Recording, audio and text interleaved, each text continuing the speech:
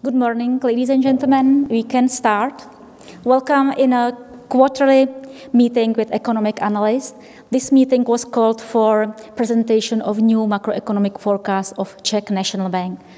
It's nice to see you again here face to face, not only as a pictures on the computer screen during online conferences. I hope all of you are healthy and feeling well, even it's post-pandemic time. In line with tradition, we will start with presentation of the new macroeconomic forecast, which was the basic for the yesterday's monetary policy decision to keep interest rates unchanged. The forecast will be presented by Karel Musil, Director of Macroeconomic Forecasting Division in Monetary Department. Let me introduce you the other speakers of the day. The Czech National Bank Board is represented by Tomáš Nídecký, Vice Governor, and the Monetary Department is represented by Petr Král, Executive Director. Now it's time for presentation. We can start, and I would like to ask you, Mr. Musil, to present the new forecast.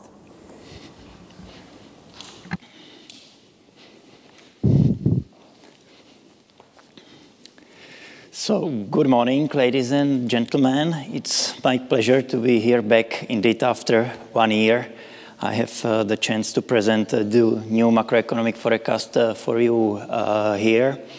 And after the presentation of the new macroeconomic forecast, I will actually compare it to the previous forecast that we prepared in spring.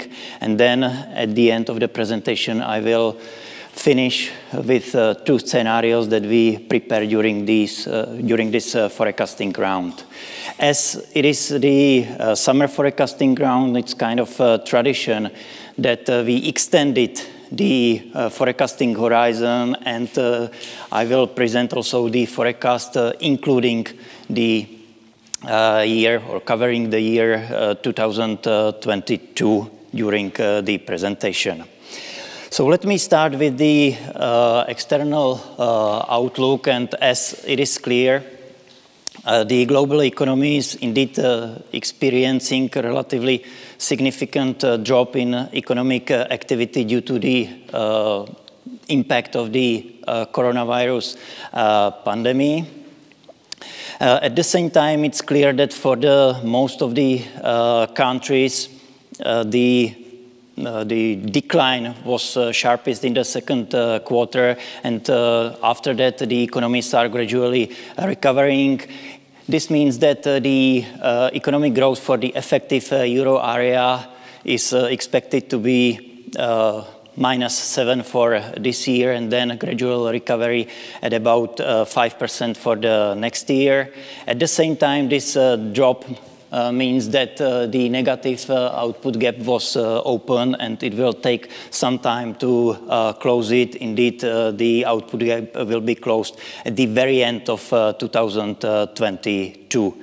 This drop in economic activity will be translated also to the dynamics of the producer prices in the effective area. So we can see that the contribution of the core component of the prices is muted for this year. And together with the negative contribution of energy prices that are reflecting the significant drop of the oil prices at the beginning of this year, means that the PPI will decline during the whole or during the rest of this year, and when the recovery of the economic or of the foreign economy start and will continue, then also the prices will increase. This situation is reflected also by the outlook of the foreign interest rates that are indeed stable in the negative territory throughout the whole forecasting horizon. On top of that, the European Central Bank actually extended the quantitative easing program, the pandemic emergency purchasing program, which is reflected in the shadow rate that declined at the beginning of this year, remains negative below the 3 months falling interest rates and only gradually is going up back to the 3 months rates. The second assumption is related to the domestic economy, and it's quite important for understanding the whole story, and it's about fiscal policy.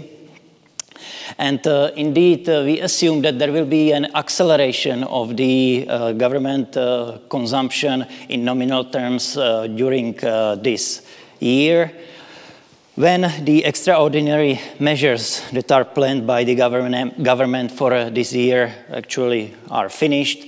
It means that the government consumption will decelerate for the next year and will go back to the somehow long run growth in 2022.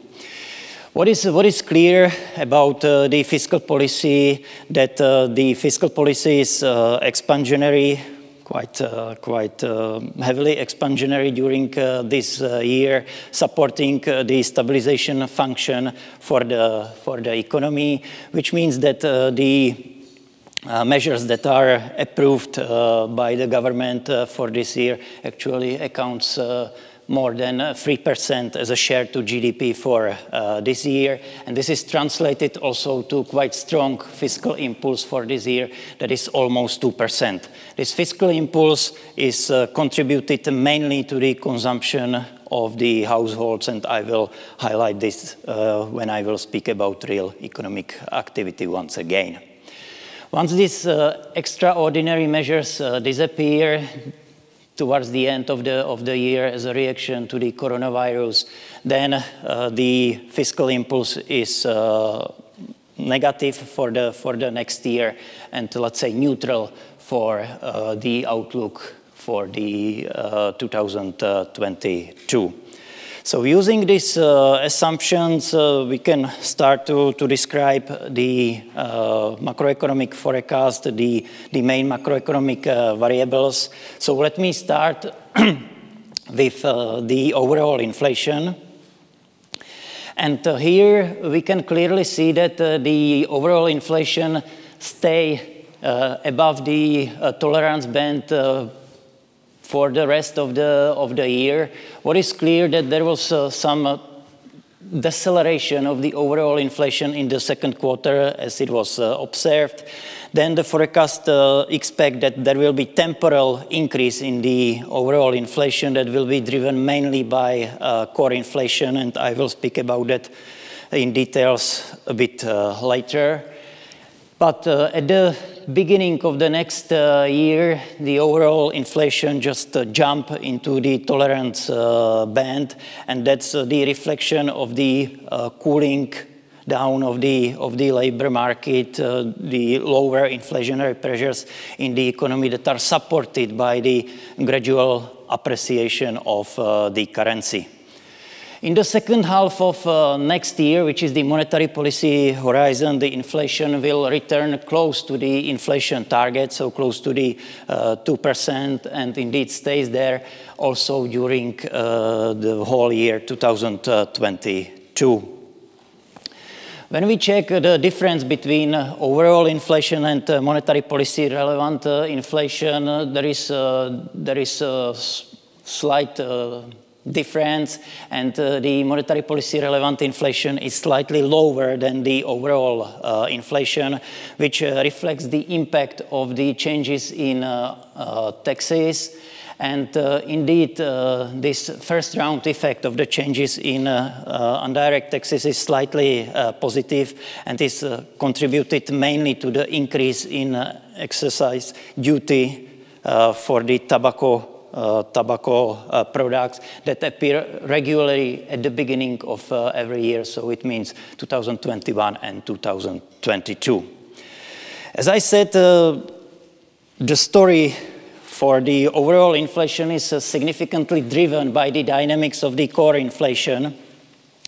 And here we can see that the core inflation is or remains elevated in the second half of this year, and this even slight acceleration of core inflation reflects indeed fading previous strong demand effects that are connected to the tight situation on the labor market from the beginning of the year, and this is combined together with the growing costs of the domestic producers.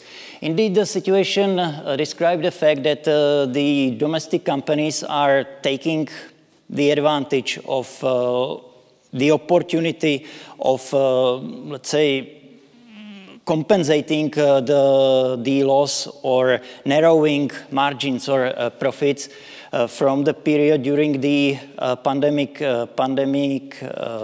impact of the coronavirus, and this is before there is a significant worsening of the labor market that will negatively impact the demand at the beginning of the next year. Once these factors somehow weakened at the beginning of the next year, the core inflation will gradually decelerate, reflecting the worsening situation, further worsening situation of the labor market, and return back to 2% and stay there for the rest of the forecast horizon. Similar picture is true also for the dynamics of the food prices, and these stay for the near term relatively high, which reflects not only the high demand for the food prices or for foods, but also increase in costs of the food producers. That includes, let's say, not only the shortage of the labor in the agriculture sector in Europe, but also problem with transportations, higher prices of agriculture products, and these costs that are contributing. The dynamics for administrative prices just simply show deceleration, which is driven mainly due to, or which is driven by the decline of the prices of electricity for the households, together with the decline of the prices of heating for the households. Once it returns back to 2%, indeed it's oscillating around these values also for the rest of next year and in 2022. The last component of the inflation, the fuel prices, shows relatively high volatility, which just simply reflect the collapse of the oil prices at the beginning of the year, and only gradual increase in Brent prices that is assumed for the rest of the forecasting horizon. So it means that at the beginning of 2021, because of the base effect, the growth of fuel prices jump up, and then indeed it stabilized slightly above zero growth. When I discussed the importance of the core inflation, one of the factors contributing to this dynamics was the costs that are growing for the domestic producers, and this is actually shown in this picture.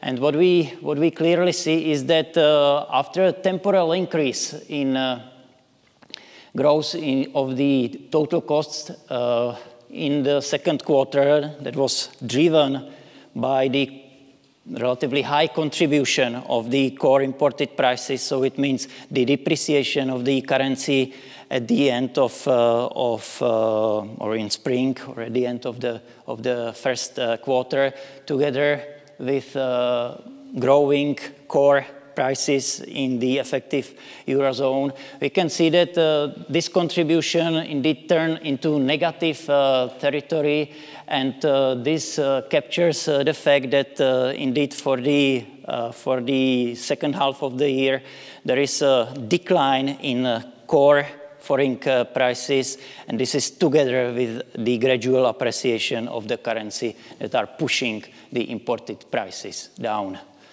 Once the foreign prices actually return back to the growth tendency, the contribution of the imported prices is back positive.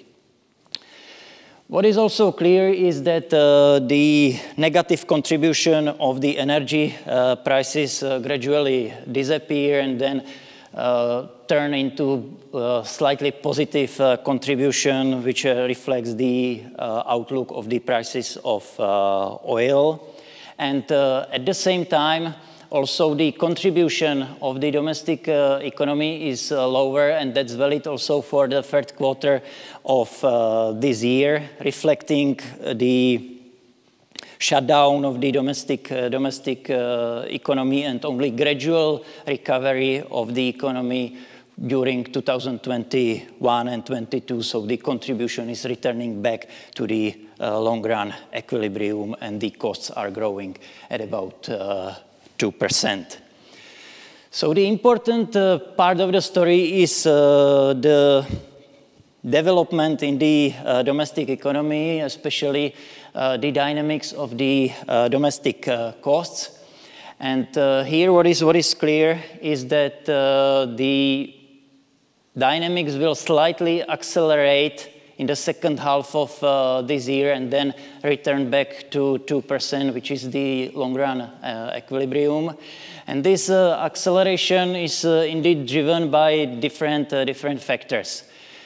The fundamental growth of the wages indeed contributes, let's say, zero to the domestic costs in the second quarter, reflecting the fact that really the fundamental dynamics was very muted in the second quarter after the shutdown of the part of the economy. But at the same time, the negative output gap or the shutdown of the economy, which means very, very weak demand, is reflected through the negative contribution of the price of the capital. This is only partially compensated by the labor efficiency or productivity of the labor, which means that still the employees were employed, they were not hired, but the companies were paying wages, so the contribution of the productivity is indeed pushing for higher costs for the producers. The situation will dramatically change in the second half of this year when there is a recovery of the domestic economy, which means that the demand pressures or the demand in general will reflect the gradual recovery of the economy, the contribution of the price of the capital return back to the positive territory. The same is actually valid for the wage dynamics, that there is gradual acceleration of the wage dynamics, and these two factors are reduced by the contribution of the negative contribution of the labor efficiency. The situation indeed for the domestic producer is importantly impacted by the situation on the labor market, and it's clear that the indeed overheating or very tight labor market that it was at the beginning of this year is cooling down, and the situation is significantly worsening quite quickly. That is clear for the employment that is indeed declining throughout the rest of the year, throughout the whole next year, and there is only some small increase that appears at the beginning of 2002. At the same time, the forecasts expect that there is a worsening of the unemployment, and measured by the general unemployment rate, we expect that it will reach 5% at the beginning of the next year, so relatively quickly worsening situation on the labor market. This is also translated into the forecast of the nominal wage, especially in the business sector or in the market sector. And we have already observed some deceleration in these dynamics during the first half of the year. These dynamics remain subdued also for the rest of the year. It's not valid for the overall market sector wages, but also the fundamental wage, which is the wage adjusted by the Statistical Office of the government measures on the labor market that tries to support the labor market. So this fundamental wage growth is also decelerating. For the next 2 years, we just simply expect that the increase in wages will be only gradual. Slightly different situation is about the wages in government sector, the non-market sector. Here we see that there is a continuation of relatively high growth also for the next year, which reflects development or expected dynamics of wages, especially in the education sector. That will be, and the growth there will be relatively high. The situation on the labor market just simply follow the overall situation in the real economy, and indeed the drop in real GDP that was already observed in the second quarter. Here, the economic activity dropped in the second quarter because of the impact or government measures due to the coronavirus pandemic. The forecast for this year is about, the drop for this year is about 8%, and it's actually driven by three main components. This is the consumption of household, also private investment, and negative contribution of net export, especially the export itself. The only component that is contributing positively and is somehow compensating this drop is government consumption, the very strong fiscal impulse that I highlighted at the beginning of the presentation when discussing the assumptions. We expect that the recovery will be only gradual, which means that the growth for next year is predicted to be 3.5, and it will be driven mainly by the recovery in household consumption and net exports. The next year, 2022, there is further slight acceleration of the growth, and it will be supported by all the components of GDP.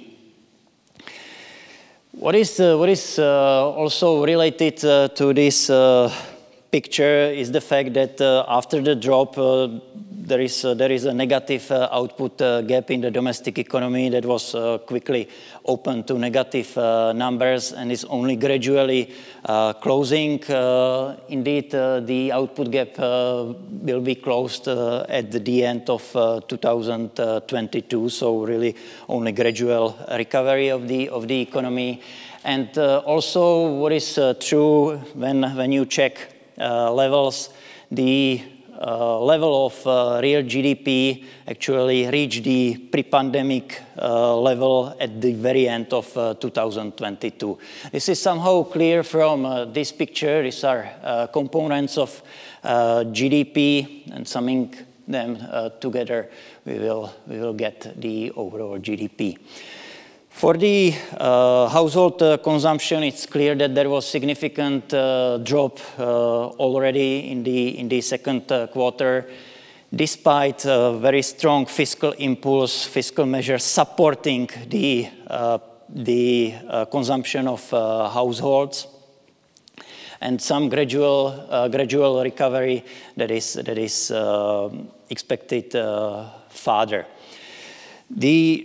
recovery of the consumption will be somehow limited by the situation on the market, on the labor market, when the situation is gradually worsening and the next year outlook is importantly impacting the consumption. Slightly different situation is for investment. Here we can see that after a drop, the recovery in growth for investment will appear in 2021. So the rest of the year is somehow related to the very muted investment activity that reflects the fact that there was shutdown of some companies during the spring, very weak foreign demand that negatively impact the private investment, and at the same time kind of worsening of the or bad sentiment of the companies for investment. Once there is a gradual recovery in the domestic economy, then it means that also the investments will start to grow, but the level will be significantly lower at the end of 2022 compared to the situation before the pandemic. The next component, exports. There is a significant drop that is again already observed. It is directly linked to the drop in the foreign demand, and once the foreign demand will recover, then it means that the exports will also somehow start to grow. And this is despite the fact that there is a gradual appreciation of the currency. The appreciation of the currency is really only gradual throughout the whole forecasting horizon. And it just simply reflects a change in the sentiment on the market, and it's very likely contributed to the fact that there was a relatively moderate course of the pandemic, coronavirus pandemic, not only in Europe but also in the Czech Republic. To bring the whole story about the forecast, it means that with the forecast is a consistent stability of the nominal interest rates for a couple of quarters. And indeed, this stability comes after the significant drop during the spring when the Czech National Bank reacted to the pandemic that appeared in the economy. After the stability of the interest rates, there is very gradual increase in the rates, actually starting in the second half of the next year, and that reflects the gradual recovery of the domestic economy and the fact that overall inflation is close to the target, so kind of normalization of the interest rates. So after the introduction of the new forecast, let me quickly go also through the comparison of this forecast to the spring outlook of the Czech National Bank. Indeed, one of the most significant revision when we compare these two forecasts is related to the overall inflation. And this change reflects not only the observed data that were higher for the inflation compared to the previous forecast, but also the outlook of the inflation, especially the near-term outlook of the core inflation. The higher near-term outlook of the core inflation, as I already said, reflects the fact that there is a gradual fading of the strong domestic demand, reflecting the situation, the previous situation on the labor market. At the same time, also higher domestic costs for companies, and the overall situation allows the companies to somehow use this opportunity and compensate for the losses that were realized during the pandemic period. So the outlook is different for 1 year horizon. After that, so starting the monetary policy horizon, the difference is negligible. Very small difference is also when we compare today's or current GDP growth to the previous one. There is just slightly lower growth for this year, which reflects mainly lower growth of private investment that were revised in the forecast a bit down. Then the outlook remains the same. Also, the changes in the outlook for wages are not significant. Indeed, the revision of the forecast goes towards the lower growth of wages for this and next year. This is not related only to the total market wage, but also for the fundamental wage growth. And the revision also reflects the changes of the statistical effects when the Czech Statistical Office calculates this series. Another significant change for the forecast comes from the exchange rate, that the exchange rate is gradually appreciating throughout the whole forecasting horizon compared to the previous forecast. And here we just simply reflect the situation on the market and change in the sentiment when thinking about the exchange rate. As the change for the inflation is quite big and maybe surprising for some of you, let me also quickly go through the sources or factors of these differences. So the new forecast for inflation is higher. And what is clear is that there is a big contribution of the initial state or initial conditions, which means especially the observation of the core inflation for the second quarter. And then there is a significant contribution of the short-term inflation forecast. So that's the revision of the near-term outlook for core inflation for the third quarter, which is somehow persistent.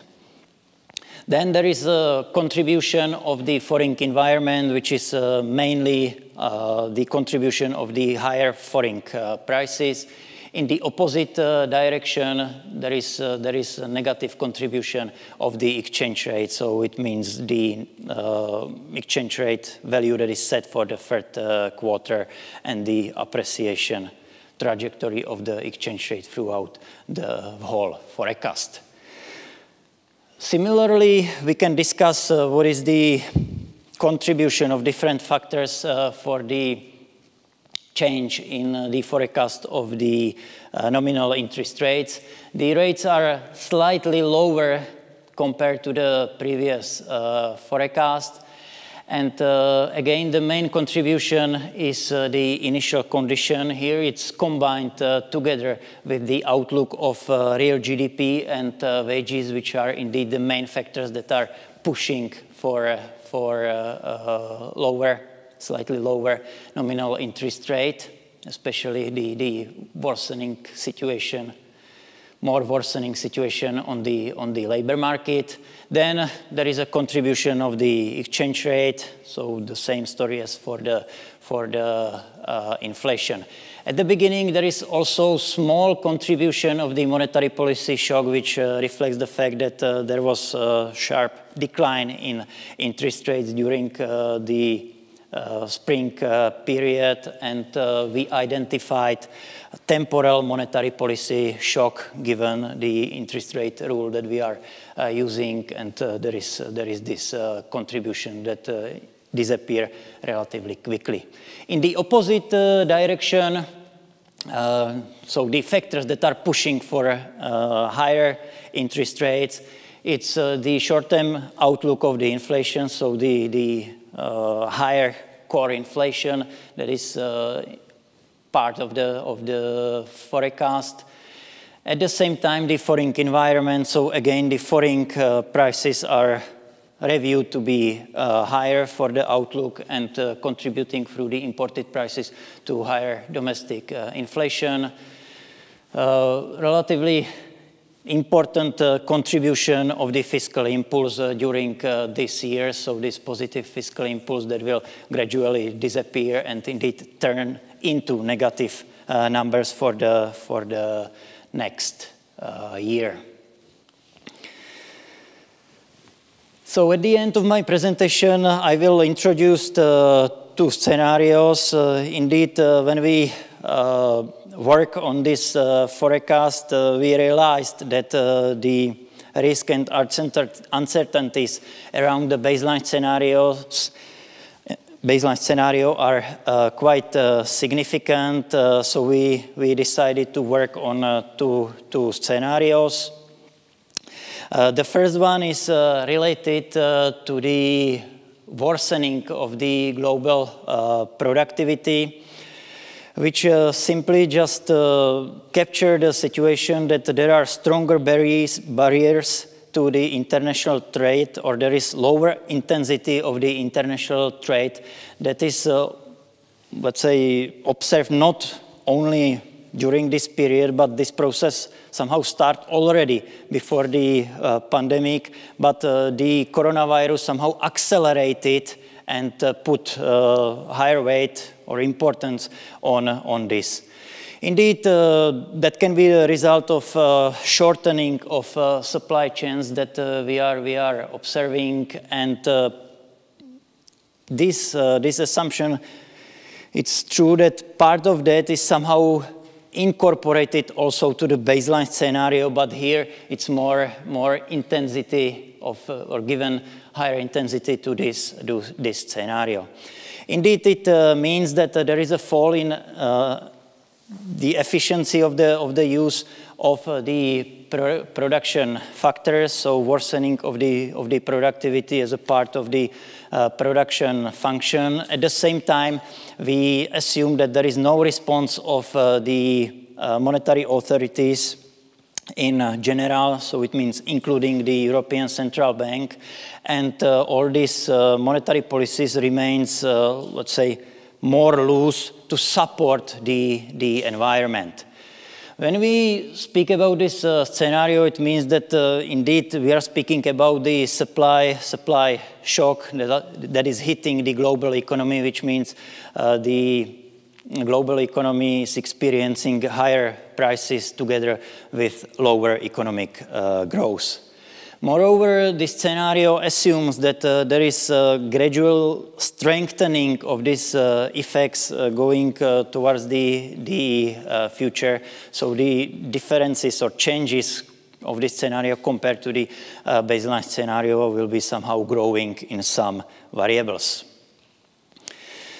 So the worsening or unfavored global situation is then impacting the domestic economy. We further assume that there is no additional effect in the economy, so everything that is impacting the domestic economy goes from the external environment. And when we are discussing this scenario, it means that there are indeed two important channels that are influencing the domestic economy. The first one is quite clear, so lower economic growth will push for lower exports, lower investment. On top of that, there is also lower growth of the household consumption given higher prices in abroad or higher prices in the foreign economy. The second channel is related to the exchange rate, and indeed there are two effects. The first one that is pushing for strengthening of the currency is the fact that there are higher prices in external environment, which means that the competitiveness of the Czech exporters is improving, and that's pushing for the appreciation of the currency. However, this is overweighted by the depreciation pressure on the currency that is related to the fact that there is lower foreign demand that is worsening the NFA position of the domestic economy and pushing for weaker exchange rate.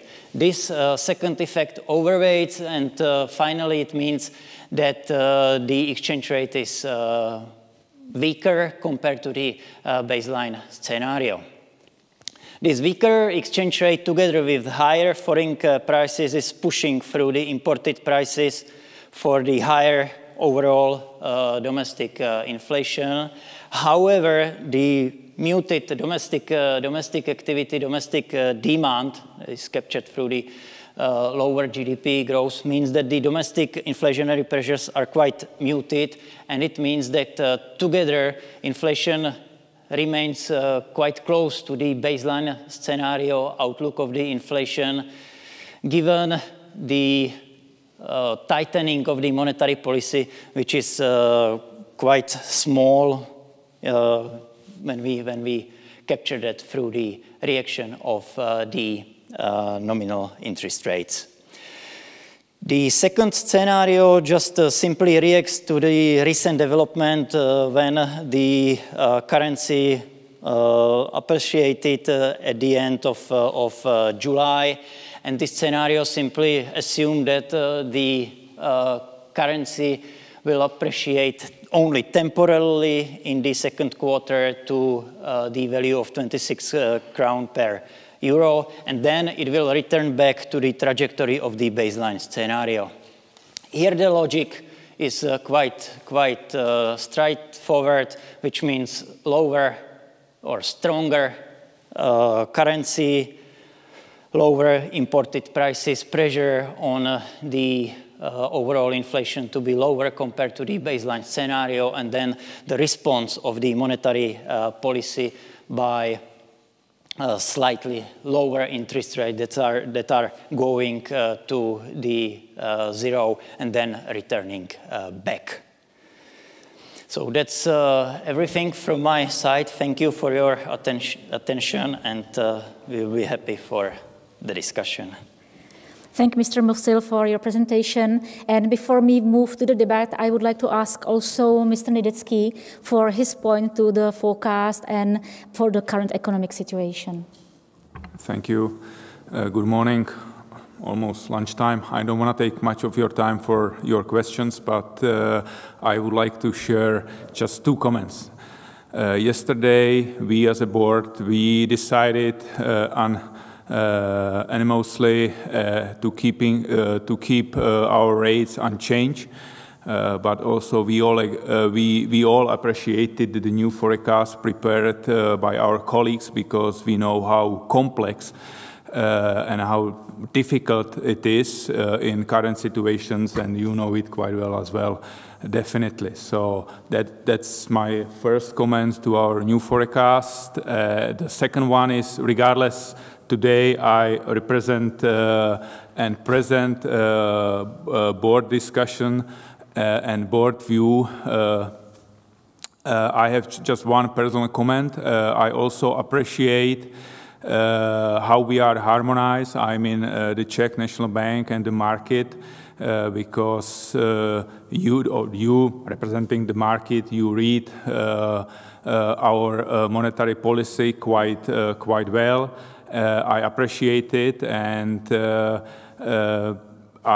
we do our best to be transparent, readable, predictable, and really I appreciate that it works by my opinion. If there is anything which is unclear, feel free to ask us, and I mean that's the good entry point for our discussion. So, floor is yours, guys. So thank you. Now I am opening the debate, and I would like to ask you, before you ask the question, please introduce yourself and your institution. It's important for others who watch us online. So first question is from Mr. Jáč. Thank you. Good morning. So I'm Mr. Jáč. Sorry, I'm Radomír Jáč from Generali Investment. I have actually two questions. The first one is addressed rather to monetary department, and it's related to a GDP forecast, mainly to the downward revision for 2021.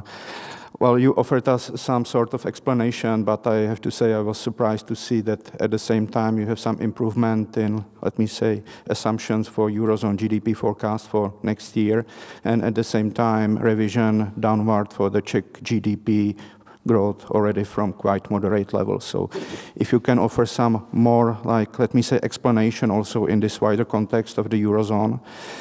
On top of that, of course, we saw the assumption regarding fiscal impulse with negative impulse for 2021. Obviously, it's very difficult, like prediction for everybody, but if we take political cycle here in the Czech Republic, what if, let me say, what if the fiscal impulse is smoothed by the government? Was there any debate in the board or in the monetary department? What does it mean for inflation and interest rate outlook? So I'll start by answering the question regarding the revision of the forecast of GDP for 2020 and 2021. The revision is, I would say, very mild if we take into account the unprecedented uncertainty which is still surrounding all our analytical and forecasting work. So from this point of view, I do not want to emphasize the change of the story. The story is in a qualitative way still the same. The downward revision was primarily driven by the fact that we substantially revised downwards the expected private investment private investment, as we now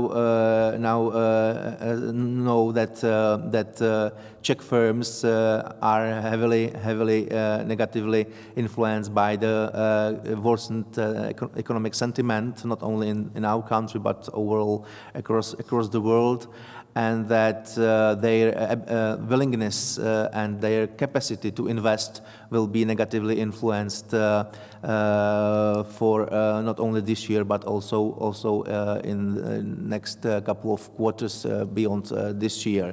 As Karel was showing in his presentation, we can expect relatively swift recovery in household consumption, relatively swift recovery in both export and import performance, but as for the private investment, there will be much longer time needed from the firms to start investing more than what we saw in latest data. The other partial factor explaining the downward revision of GDP growth for 2021 is more restrictive fiscal policy.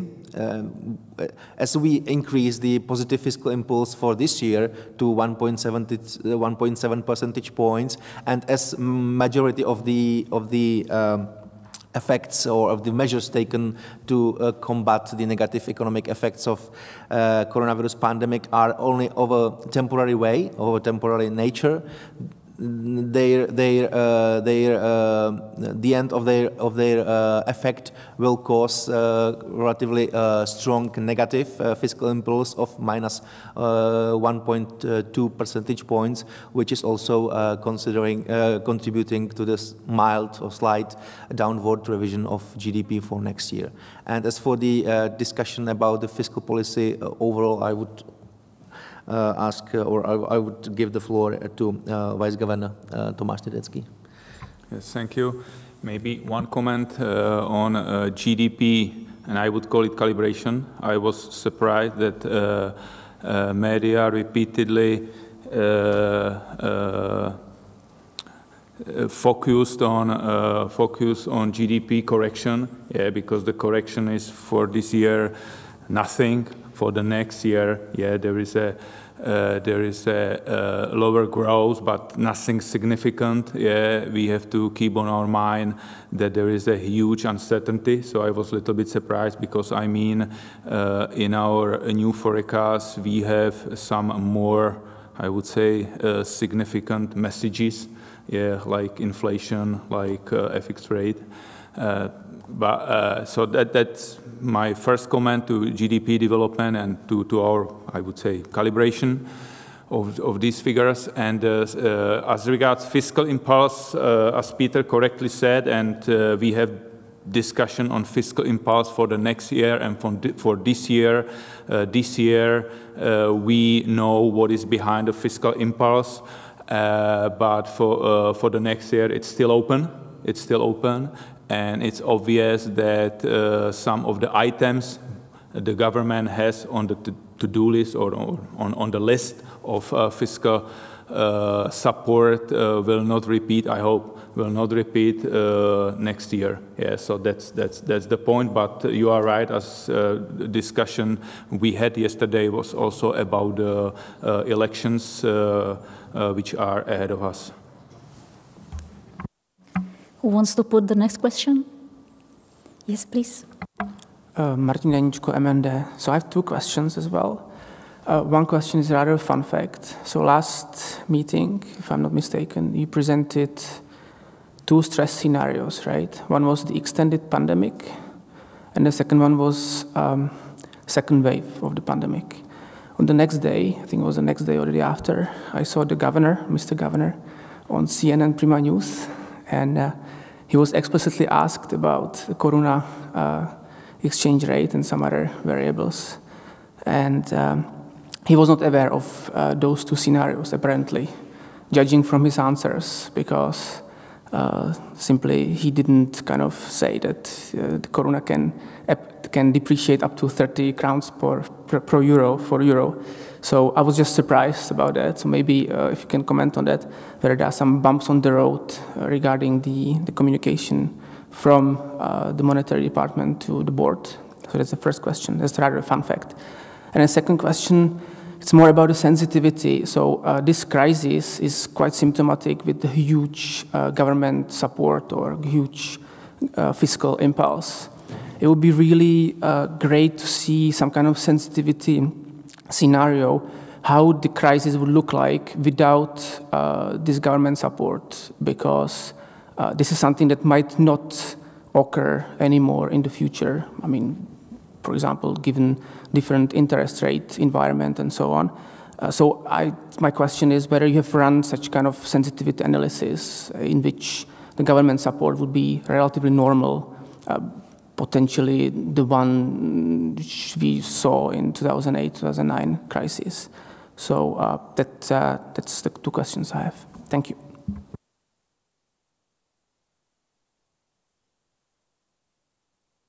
Maybe at the beginning I will react on the communication topic you mentioned. Definitely, I don't want to defend Mr. Governor. He is a wise and I would say strong man, but definitely he was aware of all these scenarios. But I would say he is so skilled in communication that he didn't want to present these scenarios. I mean that he would discuss these scenarios with you like expert, but to send a message to the public about Corona 30 Czech crowns via TV, I'm not sure if it helps anything. Yeah, that's my personal view. But he was definitely aware of it, because I know, Peter knows that we have at that time we broadly discussed, and we always broadly discuss scenarios, also presented in today's or yesterday's new forecast. So that's my comment. And the second point is you know, it's a very, and you know it as well, it's a very difficult to predict corona development. Yeah, still the environment is quite fragile. Corona was very weak a couple of months ago. Now it's stronger than we expected.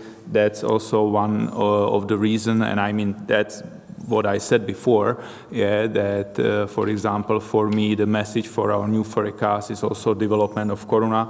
The FX rate is stronger than we expected or forecasted in previous forecasts. Yeah. So that was also the point that to predict development of Corona currently it's very difficult, and really it's fragile. It can go both ways, and which is also reflected in one of our scenarios. And so that's the first part of your question. Did I answer it properly? I mean, yeah. Obviously, we can differ in our understanding of what Mr. Governor motivation was on the TV, but obviously I get it. Yeah, thank you. Yeah. And for the second question or proposal to prepare a sensitivity scenario on fiscal policy, we know that fiscal policy is currently playing a prominent role in combating the negative economic effects of coronavirus pandemic, and we are trying to keep up the pace with what is going on within discussions in the ruling coalition and within the political scene as a whole, and to incorporate all measures that are put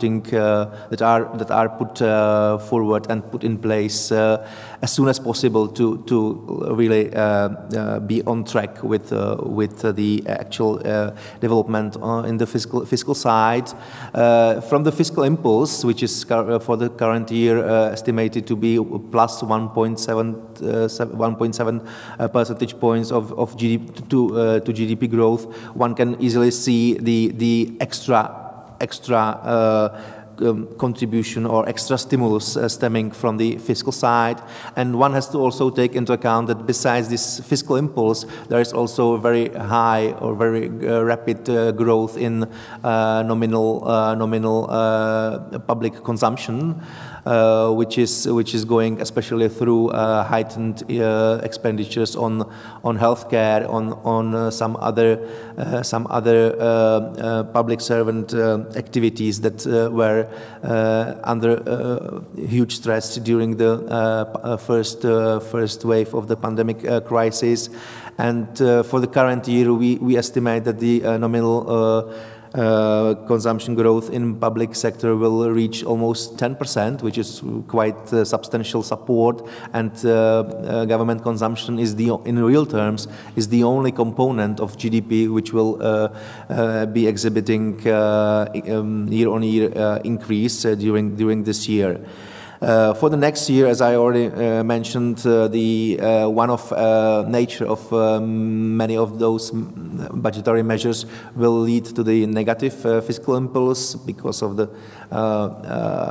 heightened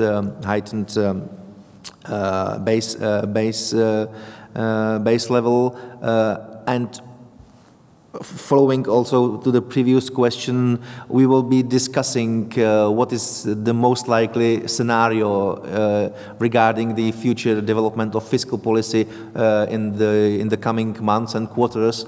And if we see huge uncertainty or asymmetric uncertainty stemming from the new proposals being put forward by the government, we will try to first incorporate them into the baseline scenario, and if not, we will be ready to prepare kind of alternative scenario or sensitivity scenario to tackle these issues and to address the potential macroeconomic inflation and monetary implications of such a development.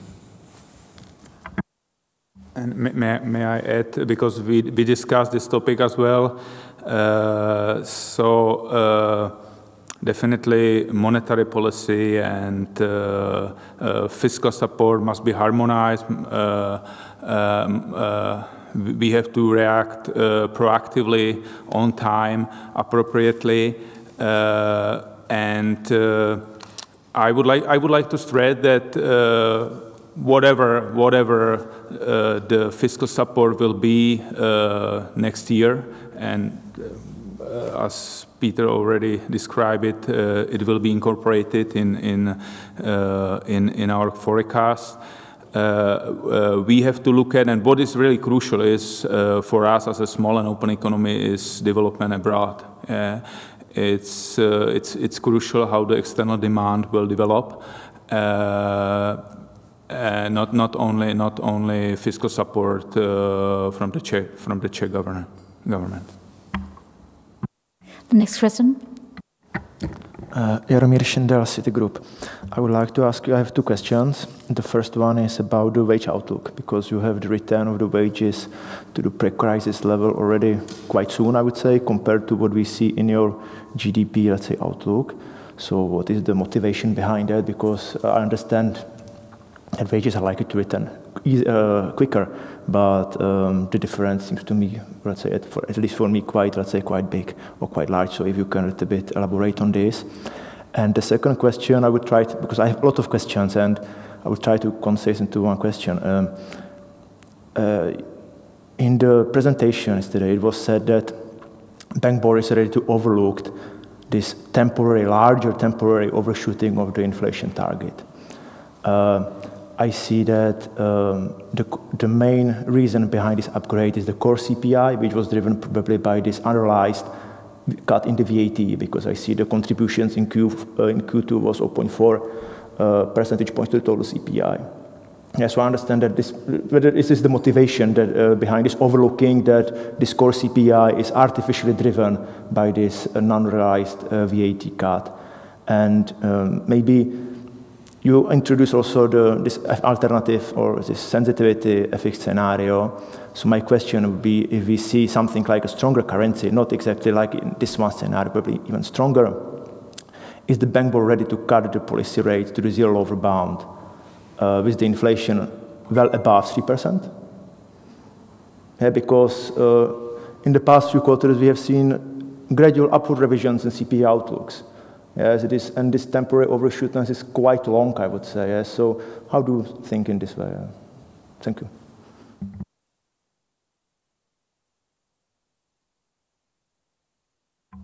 So before Peter, I will react.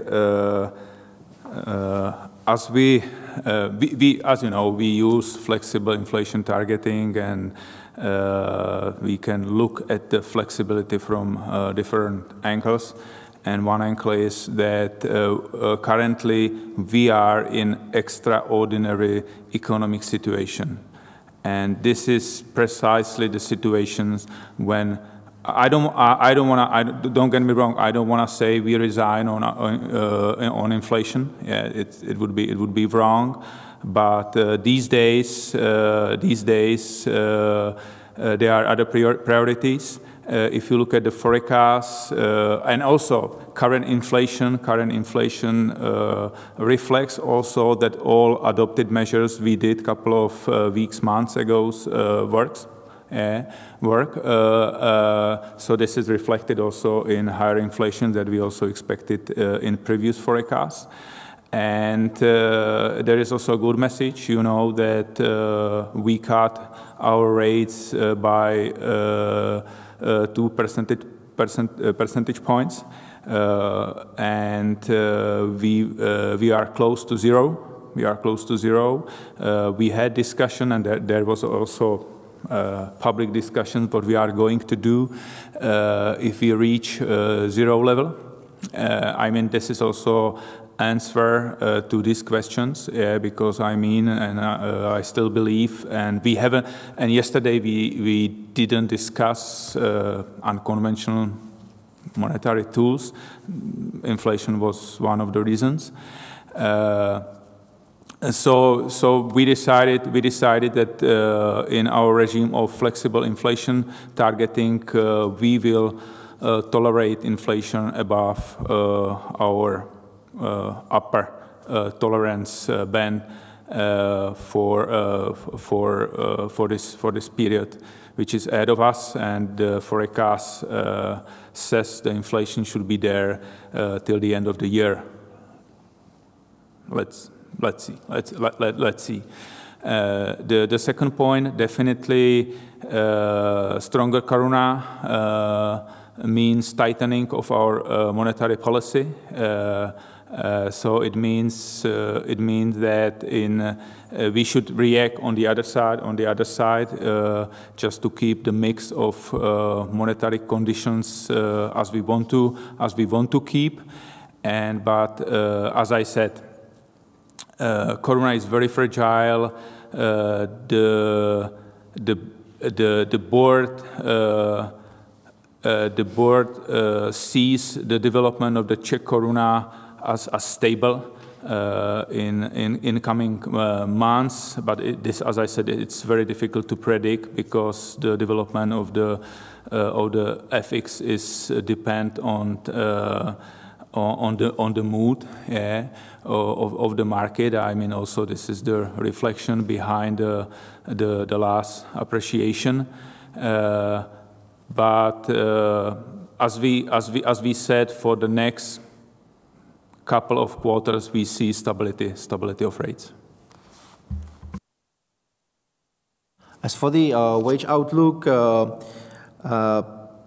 one has to take into account that we revised the forecast in this segment a bit downwards, which was reflecting especially the less pronounced recovery of growth in a fundamental part of this of the average nominal wage in market industries, which is the story about the negative effects of the cooling labor market on the wage development in the market sphere.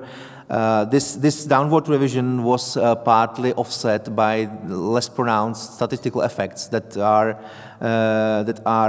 to be seen in Q1 and Q2 wage data.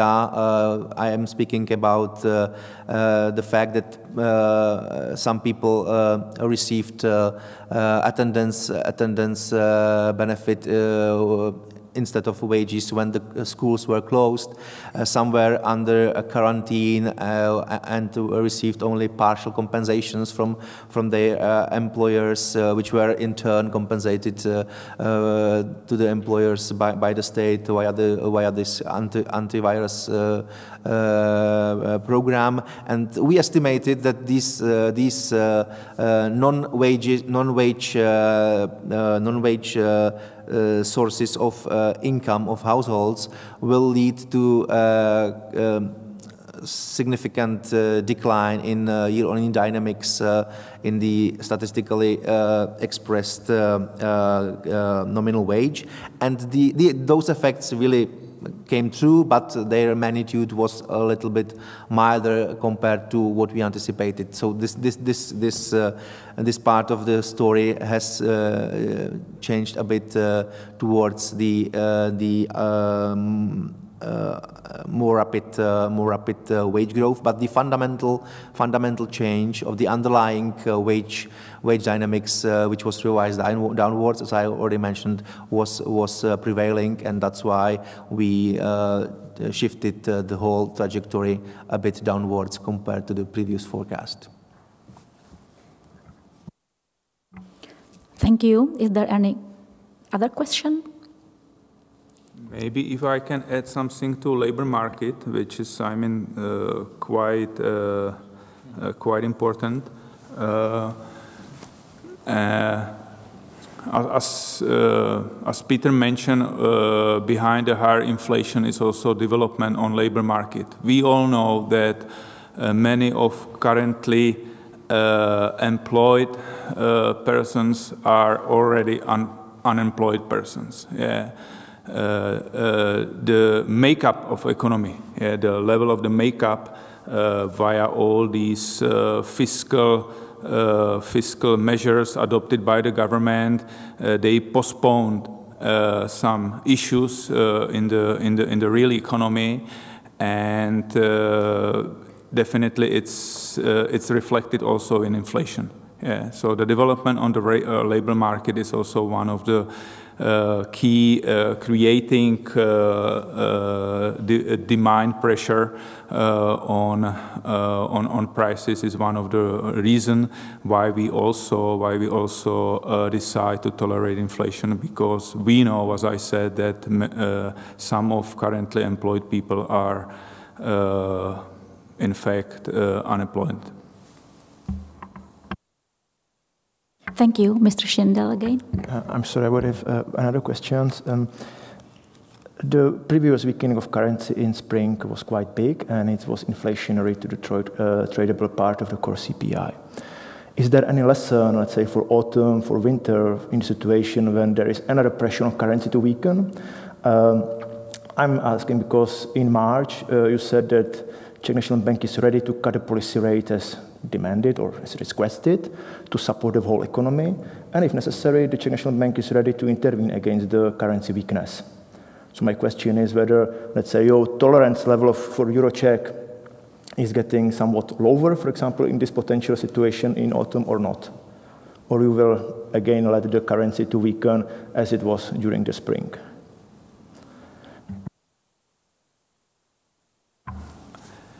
I mean, we have to put all our actions and comments into context. Yeah, when we commented or when we provided this comment on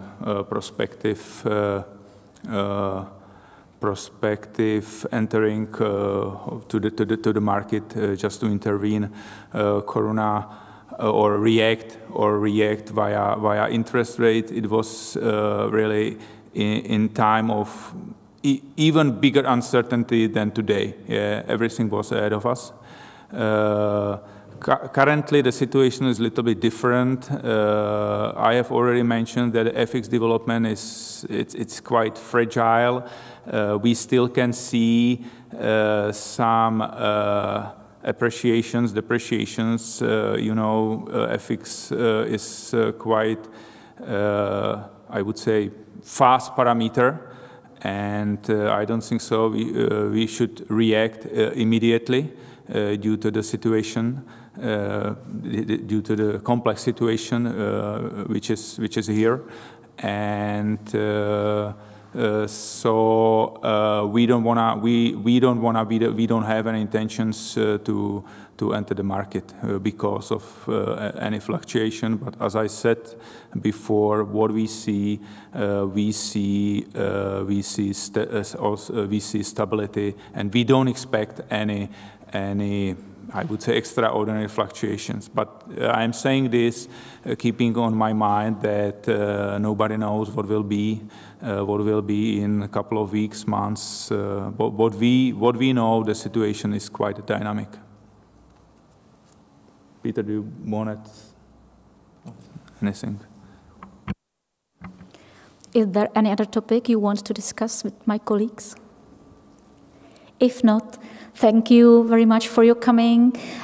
Please thank you speakers for your detailed presentation. See you in November with the next macroeconomic forecast, and wish you nice rest of summer holiday. Goodbye.